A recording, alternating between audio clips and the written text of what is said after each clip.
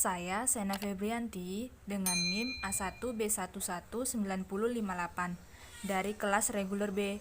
Saya akan menjelaskan tentang kohesi dan koherensi. Sebelum kita mengetahui apa itu kohesi dan koherensi, terlebih dahulu kita akan tahu apa itu kohesi. Yuk kita simak tentang apa itu pengertian kohesi. Pengertian kohesi. Kohesi adalah keserasian hubungan antara unsur yang satu dengan unsur yang lainnya dalam wacana sehingga tercipta pengertian yang apik atau koheren. Profil wacana yang kohesif ditunjukkan oleh penanda formal yang menghubungkan apa yang telah dikatakan dengan apa yang segera akan dikatakan. Piranti kohesi dalam wacana ditandai dengan penggunaan piranti formal yang berupa bentuk linguistik yang berfungsi sebagai sarana penghubung. Unsur kohesi terdiri atas dua macam, yaitu unsur gramatikal dan leksikal. 1. Kohesi gramatikal. Kohesi gramatikal adalah kepaduan yang dicapai dengan menggunakan elemen dan aturan gramatikal. Kohesi gramatikal antara lain dapat terbentuk melalui rujukan, substitusi, dan elipsis. Contoh, yang pertama, orang tua ada yang setuju bahwa siswa boleh membawa telepon seluler ke sekolah karena mereka berpikir hal itu dapat memudahkan orang tua untuk dapat menghubungi anaknya. Yang kedua, ketika telepon seluler berdering ketika guru sedang mengajar di dalam kelas, meskipun hanya mode getar, guru akan kehilangan beberapa saat kesempatan mengajar karena terganggu. Hal itu akan merugikan seluruh kelas. Berdasarkan contoh yang pertama, tersebutnya pada kata anaknya merujuk pada orang tua, sedangkan pada contoh kedua, frasa hal itu merujuk pada kalimat guru akan kehilangan kesempatan mengajar. Selanjutnya yaitu sarana kohesi gramatikal meliputi yang pertama referen atau pengacuan, yang kedua substitusi, yang ketiga elipsis, dan yang terakhir konjuksi. 1. Referen atau pengacuan. Referen atau pengacuan adalah salah satu jenis kohesi gramatikal yang berupa satuan lingual tertentu yang mengacu pada satuan lingual lain atau suatu acuan yang mendahului atau mengikutinya.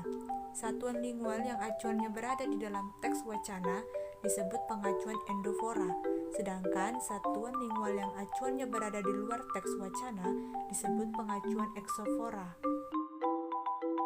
Jenis kohesi gramatikal pengacuan tersebut diklasifikasi menjadi 3 macam, yaitu pengacuan persona, pengacuan demonstratif, dan pengacuan komparatif atau perbandingan.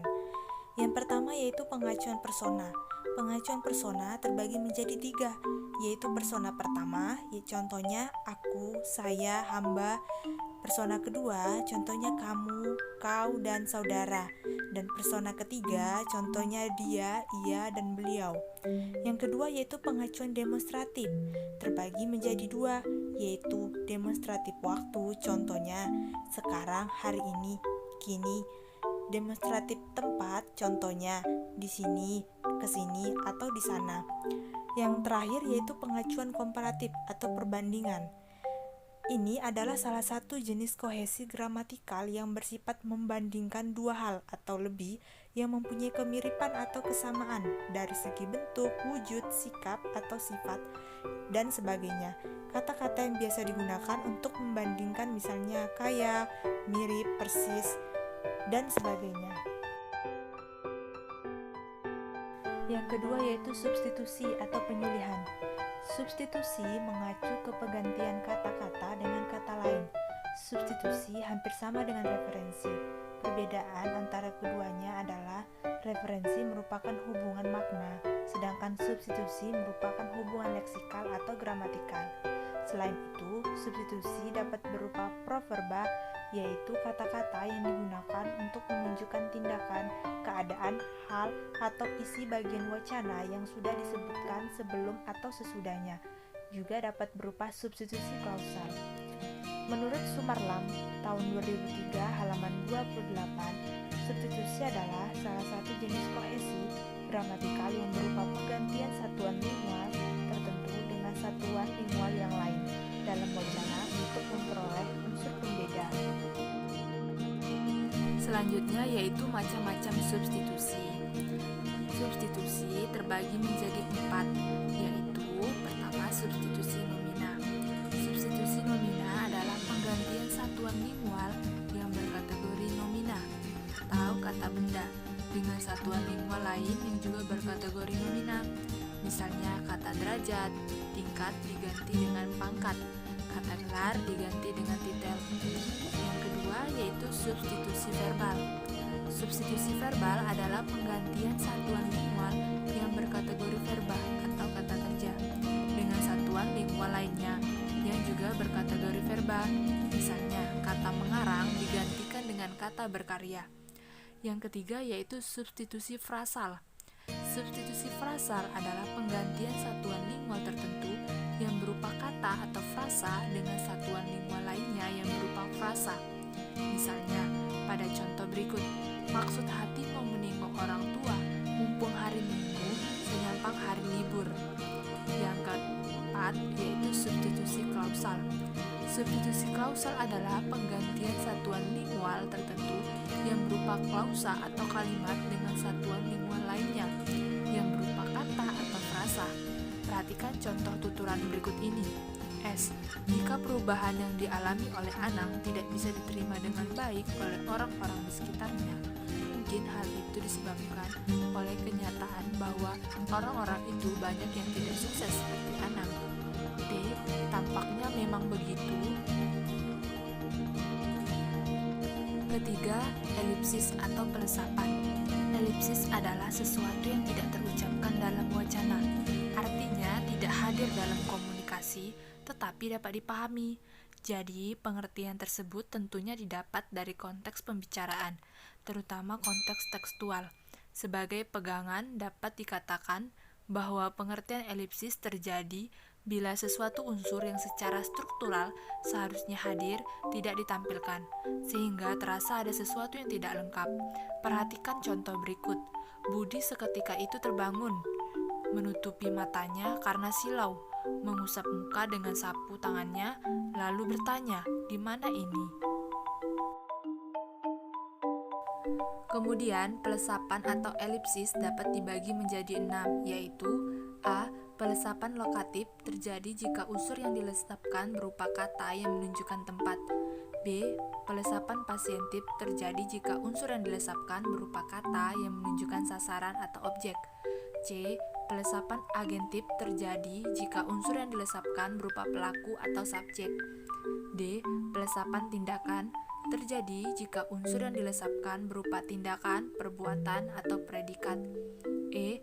Pelesapan instrumental terjadi jika unsur yang dilesapkan berupa kata yang menunjukkan alat. F. Pelesapan temporal terjadi jika unsur yang dilesapkan berupa kata yang menunjukkan waktu. 4. Konjungsi. Konjungsi kata sambung adalah bentuk atau satuan kebahasaan yang berfungsi sebagai penyambung, perangkai atau penghubung antara kata dengan kata, frasa dengan frasa, klausa dengan klausa, kalimat dengan kalimat, dan seterusnya. Macam-macam konjungsi. A. Konjungsi adversatif, contohnya tetapi, namun. B. Konjungsi kausal, contohnya sebab, karena. C. Konjungsi koordinatif, contohnya dan, atau, tetapi. D. Konjungsi korelatif, contohnya entah, baik, maupun. E. Konjungsi subordinatif, contohnya meskipun, kalau, bahwa. F. Konjungsi temporal, contohnya sebelum, sesudah. Setelah kita mengetahui apa itu kohesi gramatikal, selanjutnya kita akan mengetahui kohesi leksikal. Pengertian kohesi leksikal. Kohesi leksikal atau perpaduan leksikal adalah hubungan leksikal antara bagian-bagian wacana untuk mendapatkan keserasian struktur secara kohesif. Tujuan digunakannya aspek-aspek leksikal itu diantaranya ialah untuk mendapatkan efek intensitas makna bahasa, kejelasan informasi, dan keindahan bahasa lainnya. Kohesi leksikal adalah kepaduan yang dicapai melalui pemilihan kata. Contohnya, yang pertama, Di samping itu, salah satu keuntungan dari penggunaan telepon seluler di sekolah adalah telepon seluler dapat digunakan sebagai alat bantu, terutama telepon seluler yang dilengkapi dengan beberapa aksesoris seperti kalkulator, kamera, dan internet. Kedua, di samping itu, salah satu keuntungan dari penggunaan telepon seluler di sekolah adalah telepon seluler dapat digunakan sebagai alat bantu, terutama telepon seluler yang dilengkapi dengan beberapa aksesoris seperti kalkulator, kamera, dan internet. Aplikasi ini dapat dimanfaatkan untuk membantu siswa dalam bidang akademik. Berdasarkan contoh pertama tersebut, dapat dikemukakan bahwa supaya padu, penulis mengulang kata telepon seluler beberapa kali. Sementara itu, pada contoh kedua frasa beberapa aksesoris dan kata aplikasi ini merupakan sinonim. Kohesi leksikal hubungan antar unsur dalam wacana secara semantis. Selanjutnya, ada beberapa cara untuk mencapai aspek leksikal kohesi, antara lain A. Pengulangan kata yang sama. Contohnya, malam ini sunyi senyap. Yang kedua, pesta di rumah terdengar hiruk-pikuk. B. Sinonimi atau padan kata. Contohnya, pahlawan sama dengan pejuang.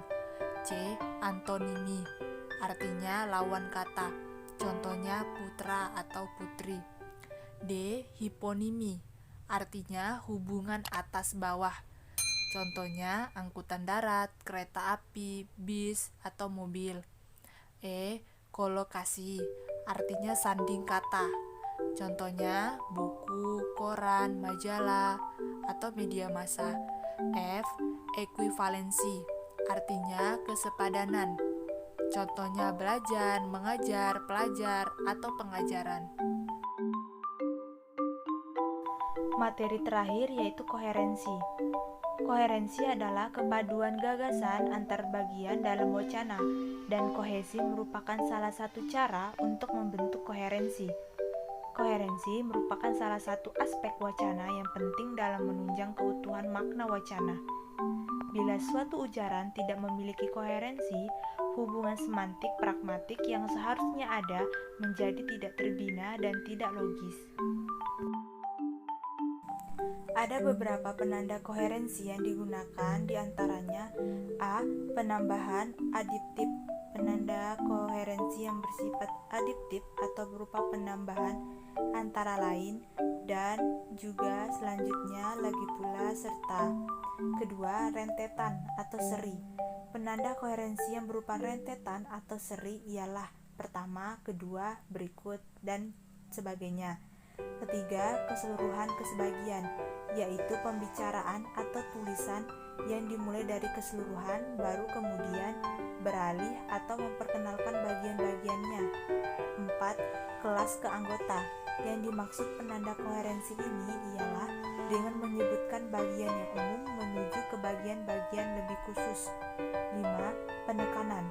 Yang dimaksud penanda koherensi ini ialah kata atau frasa yang memberikan penekanan terhadap kalimat sebelumnya ataupun kalimat sesudahnya.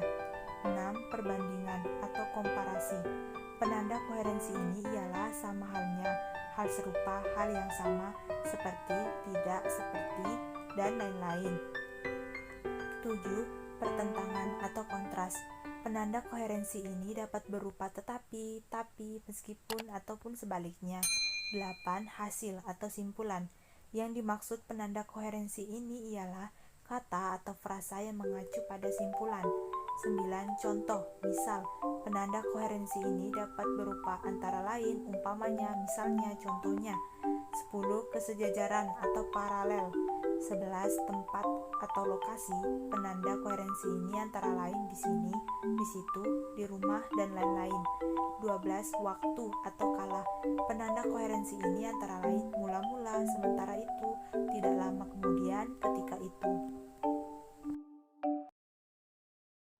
Sekian penjelasan dari saya. Terima kasih.